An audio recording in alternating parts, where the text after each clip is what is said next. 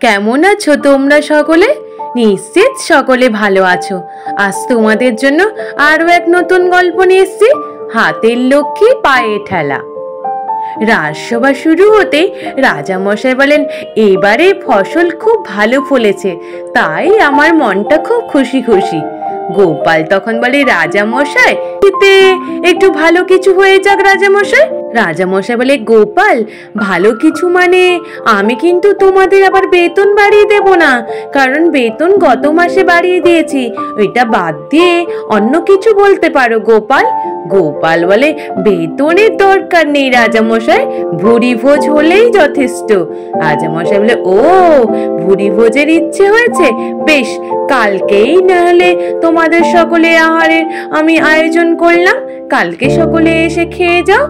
গোপাল বলে, রাজামশাই তাড়াতাড়ি করে তাহলে সভা শেষ করে দেন, কারণ বাড়িতে গিয়ে তো অনেক কাজ রয়েছে। রাজামশাই বলে, কি এমন কাজ গোপাল? বলে, জানেন না রাজামশাই, কালকে ভুরি ভোজ, আজকে ভালো করে একদম হাত সাবান দিয়ে পুরো ধুতে হবে, সঙ্গে জোলাফ খেতে হবে যাতে পেটটা পরিষ্কার থাকে। রাজামশাই শুনে তো সমানেই হাসাহাসি করতে থাকে। পরের দিন ভুরি ভোজ করা শুরু হয়ে যায়, সকলে মিলে সভাসদরা খাওয়া শুরু করে দেয়। গোপালের খাওয়া তো কিছুতেই বন্ধ হয় না, একটার পর একটা খাবার চেয়েই যায়, ভাতের পর ভাত নিতেই থাকে। সভাসদ সকলেই গোপালের দিকে তাকিয়ে থাকে। ওদিকে গোপাল বলে, কি হলো আপনারা যে আমাকে দেখছেন? সভাসদরা বলে, গোপাল তুমি যেভাবে কবজি ডুবিয়ে খাচ্ছ, আমাদের নিজেদের খাওয়াই তো বন্ধ হয়ে গেল তোমার খাবার দেখতে দেখতে। তোমার পেট কটা গোপাল? গোপাল বলে, জানেন না, আমার মা বলতো আমার 4টে পেট। এই দেখুন, এইখানটায় হচ্ছে সব থেকে বড় পেটটা, তার ভেতরে একটা পেট, তার ভেতরে আর একটা পেট, তার ভেতরে আর একটা পেট। ওই পেটগুলো এখন ঘুমিয়ে রয়েছে। এই রে, আবার ওই পেটটাও জেগে গেছে। এখন আমার তো আরো ভাত লাগবে রাজামশাই, দেন দেন, আমার তো আরো খিদে পাচ্ছে। রাজামশাই বলে, গোপাল যা ছিল সবই তো তোমায় দিয়ে দিলাম গোপাল, আর কিছু নেই গোপাল। গোপাল বলে, এই রে, এখন পেটগুলো তো আমার কাঁদবে। তারপর খাওয়া দাওয়া শেষ হয়ে যাওয়ার পরে গোপাল বাড়ি ফিরে যায়। বাড়ি ফিরে গিয়ে গিন্নিকে ডাক থাকে, ও গিন্নি, গিন্নি। গিন্নি তখন বলে, রাজবাড়ি থেকে পেট পুড়ে খেয়েছে, আবার চিল্লাচ্ছ কেন? বলে, গিন্নি একদম ঠিক বলেছ, পেটটা তো পুরো একদম টাল হয়ে রয়েছে, এখন একটু আমি শুয়ে পড়ি কেমন? অমনি বলে গোপাল উঠে বিছানায় শুয়ে পড়ে সঙ্গে সঙ্গে নাক ডাকা শুরু করে দেয়। গোপালের গিন্নি বলে, এই মা, এক্ষুনি মধ্যে মানুষটা নাক ডাকা শুরু করে দিল। তারপরের দিন সকাল হতে সভা শুরু হতে অমনি রাজামশাই বলে, এই কি ব্যাপার, আজকে গোপাল এতক্ষণ আসছে না কেন? মন্ত্রী মশাই বলে, রাজামশাই আসবে কি করে, যা কালকে খাবার খেয়েছে হয়তো বিছানা থেকে উঠতেই পারছে না। অমনি বলতে না বলতেই তারপর গোপাল এসে উপস্থিত। গোপাল বলে, কি বলছেন মন্ত্রী মশাই, আমি কি আপনার মতো শুটকো মরা নাকি যে পড়ে থাকবো বিছানার মধ্যে? দেখুন আমি ঠিক উপস্থিত হয়ে গেছি। রাজামশাই বলে, গোপাল কেমন খেলে কালকে গোপাল? গোপাল বলে, রাজামশাই খেলাম তো ভালোই, কিন্তু তবুও দুঃখ থেকে গেল রাজামশাই। রাজামশাই বলে, কেন গোপাল, কিসের দুঃখ?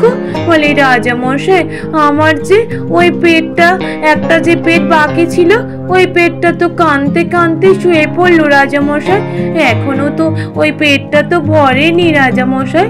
রাজামশাই বলে, গোপাল সত্যি তুমি পারো বটে গোপাল। অমনি সঙ্গে সঙ্গে রাজবৈদ্য বলে, রাজামশাই খাবারের কথা বলতেই মনে পড়ে গেল, আমার গিন্নির উপোস ভাঙবে, তাই সভাসদদের সকলকে নেমন্তন্ন করে খাওয়ানোর কথা বলেছে। আর গোপালের কথা শুনেই তো উনি তো পুরো অস্থির হয়ে আছে গোপালকে খাওয়ানোর জন্য, তাই কালকে আমাদের বাড়িতে সভাসদ সকলে, এমনকি আপনারও নেমন্তন্ন থাকলো রাজামশাই।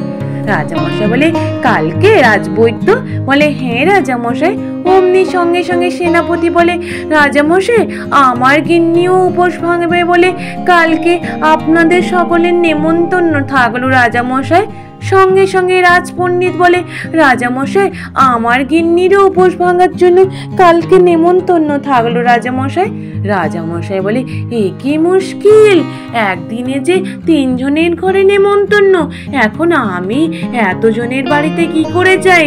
তাহলে সভাসদরা তোমরা তাহলে যাও তাহলে এই 3 জনের বাড়িতে। অমনি রাজজ্যোতিষী বলে রাজামশাই কালকে তো আমি থাকছি না রাজামশাই। অমনি সঙ্গে সঙ্গে বিজ্ঞানী বলে রাজামশাই রাজপ্রাসাদে কালকে খাবার খেয়ে আমার আর পেটে খিদে নেই রাজামশাই, আমি আর কালকে খেতে যেতে পারবো না রাজামশাই। ওদিকে রাজবৈদ্য সেনাপতি সকলে বলে তাহলে আমাদের নেমন্তন্ন কি হবে? অমনি সঙ্গে সঙ্গে গোপাল বলে আমি আছি তো, আমি 3 জায়গায় খেয়ে নেব। রাজামশাই বলে তোমার সাথে সাথে মন্ত্রীও আছে, তাহলে গোপাল আর মন্ত্রী কালকে তাহলে 3 জায়গায় তোমরা খেয়ে এসো। ওর দুজনে রাজি হয়ে যায়। তারপর রাজসভা শেষ হয়ে যাওয়ার পরে গোপাল বাড়িকে গিন্নিকে বলে গিন্নি কালকে আবার 3 জায়গায় খাবো, কিন্তু আজকে একটু বেশি করে জোলাপ খেয়ে রাখতে হবে।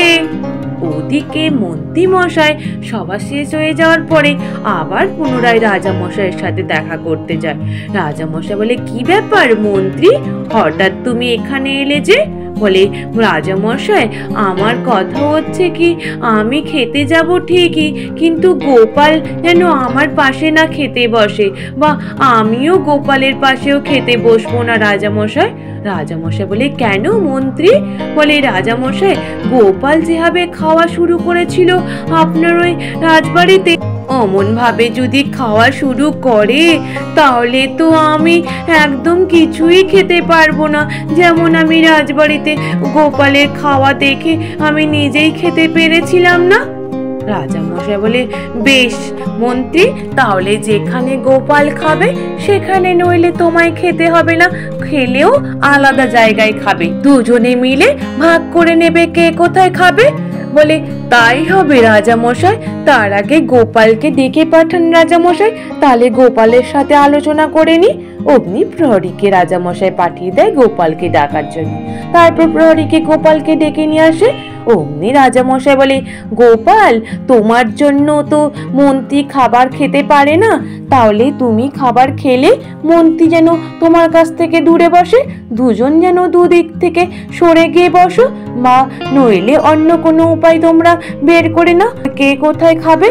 তারপর অমনি মন্ত্রীমশাই বলে গোপাল আমি যেখানটায় খাবো সেখানটায় তুমি খাবে না, আর তুমি যেখানটায় খাবে সেখানটায় আমি খাবো না, কেমন বুঝেছো গোপাল? গোপাল বলে বেশ তাই হবে মন্ত্রী মশাই। তারপর দুজনে মিলে পরের দিন সকাল সকাল উঠে অমনি প্রথমে রাজবৈদ্যের বাড়িতে যায়।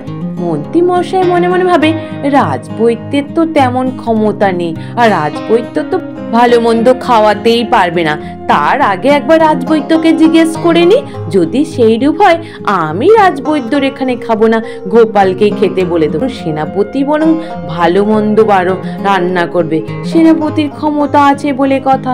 অমনি বলে রাজবৈদ্য কি রান্না হয়েছে রাজবৈদ্য? রাজবৈদ্য বলে আমার তো তেমন ক্ষমতা নেই, ওই সামান্যটুকু ভাত আর মাছ এই রান্না করেছি আর কি। অমনি মন্ত্রীমশাই বলে তাহলে আমি খাচ্ছি না, ওই গোপালই খাক আপনাদের বাড়িতে। বলে কেন মন্ত্রীমশাই আপনি খাবেন না? বলে না না, আসলে 3 জায়গায় খেতে যেতে হবে তো, এখানে গোপালই খাক। ওদিকে রাজবৈদ্য গোপালের খাবার বেড়ে নিয়ে এসে বসিয়ে দেয়। যখন দেখে 6 রকম পদের মাছ আর সঙ্গে দই মিষ্টি অনেক কিছুই, এই দেখে গোপাল তো সমানে খাওয়া শুরু করে দেয়। আর মন্ত্রীমশাই তো অবাক হয়ে চেয়ে দেখে, বলে কি রাজবৈদ্য তুমি যে আমায় বললে শুধু মাছ ভাত? রাজবৈদ্য বলে তাহলে কি সব কি খুলে বলা যায় বলুন তো মন্ত্রীমশাই?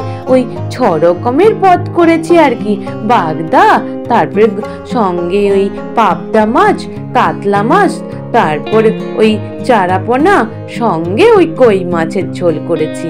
ওই দেখে মন্ত্রী মশাই তো চক্ষু চড়ক গাছ। মন্ত্রী মশাই মনে মনে হবে, এই রে, না খেয়ে তো ভুল করলাম, তা যাক গিয়ে সেনাপতির বাড়িতে এর থেকে ভালো খাবার পাবো।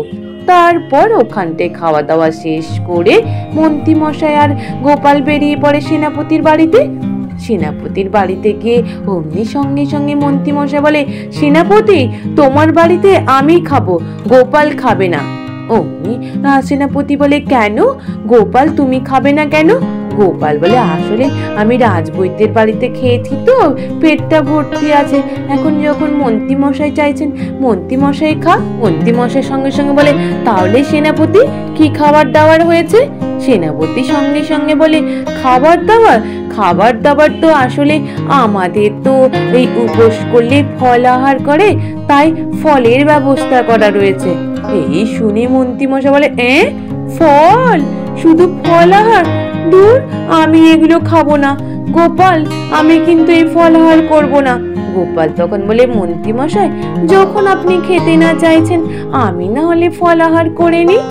অমনি সঙ্গে সঙ্গে গোপাল বসতেই 5-6 রকমের নানান রকমের ফল, তারপর সঙ্গে ভোলা ময়রার দোকানের দই, মিষ্টি, অনেক কিছুই। এই দেখে মন্ত্রী মশাই আবার অবাক, বলে, ফলের সাথে আবার দই, মিষ্টি এগুলোও ছিল নাকি সেনাপতি? কই, তুমি বললে না তো আগে। সেনাপতি বলে, সব কিছু কি বলা যায় বলুন তো মন্ত্রী মশাই? গোপাল বেশটি করে ফল, মিষ্টি, দই সবটাই খায়। বেচারা মন্ত্রী গলা শুকোতে থাকে। তারপর খাওয়া দাওয়া শেষ করে শেষে যায় রাজপণ্ডিতের বাড়িতে। রাজপণ্ডিতের বাড়িতে গিয়েই অমনি গোপাল বলে, পণ্ডিত মশাই, আমি তো 2 জায়গায় খেয়ে এসছি, এখন অমনি ওই মন্ত্রী মশাই খাবে। ওদিকে মন্ত্রী মশাই খেতে বসে আর আগে জিজ্ঞেস করে, পণ্ডিত, কি রান্না হয়েছে? পণ্ডিত মশাই বলে, আমি তো নারায়ণ পুজো করেছি, তাই আমার ঘরে ওই ডাল আর ভাত আর শুক্তো আর চাটনি হয়েছে। বলে, দই মিষ্টি নেই? বলে, না না, গরিব মানুষ, কোথা দিয়ে দই মিষ্টি আনবো মন্ত্রী মশাই, ওই নকুল দানাগুলো আছে। এই শুনে মন্ত্রী মশাই বলে, শুক্তো, ডাল, ভাত আর এই নকুল দানা, আমি খাবো না ওগুলো। গোপাল বলে, মন্ত্রী মশাই, ওইরূপ করলে হবে না, আমার কোটা আমি পূরণ করে নিয়েছি, আপনার পালা, আপনি এবার খাওয়া দাওয়া গুলো শেষ করুন, নইলে কিন্তু রাজা মশাইকে জানিয়ে দেব। এদিকে মন্ত্রী মশাই বেচারা মুখ ভোঁতা করে নিয়ে শুক্তো ভাত খেতে থাকে, আর গোপাল মজা করে বলে, কি মন্ত্রী মশাই, আপনাকে বারবার বলেছিলাম লক্ষ্মীকে পায়ে ঠেলে দিতে না, যা যা অন্যকে আপনি পায়ে ঠেলে দিয়েছিলেন, তো এখন কি খেলেন? আমি খেলাম মন্ডা মিঠাই, নানান রকমের পদের খাবার, আর আপনি খাচ্ছেন তেতো শুক্তো ভাত। ছি ছি ছি ছি মন্ত্রী মশাই। মন্ত্রী মশাই বলে, বেটা গোপাল, তোমায় দেখাচ্ছি মজা।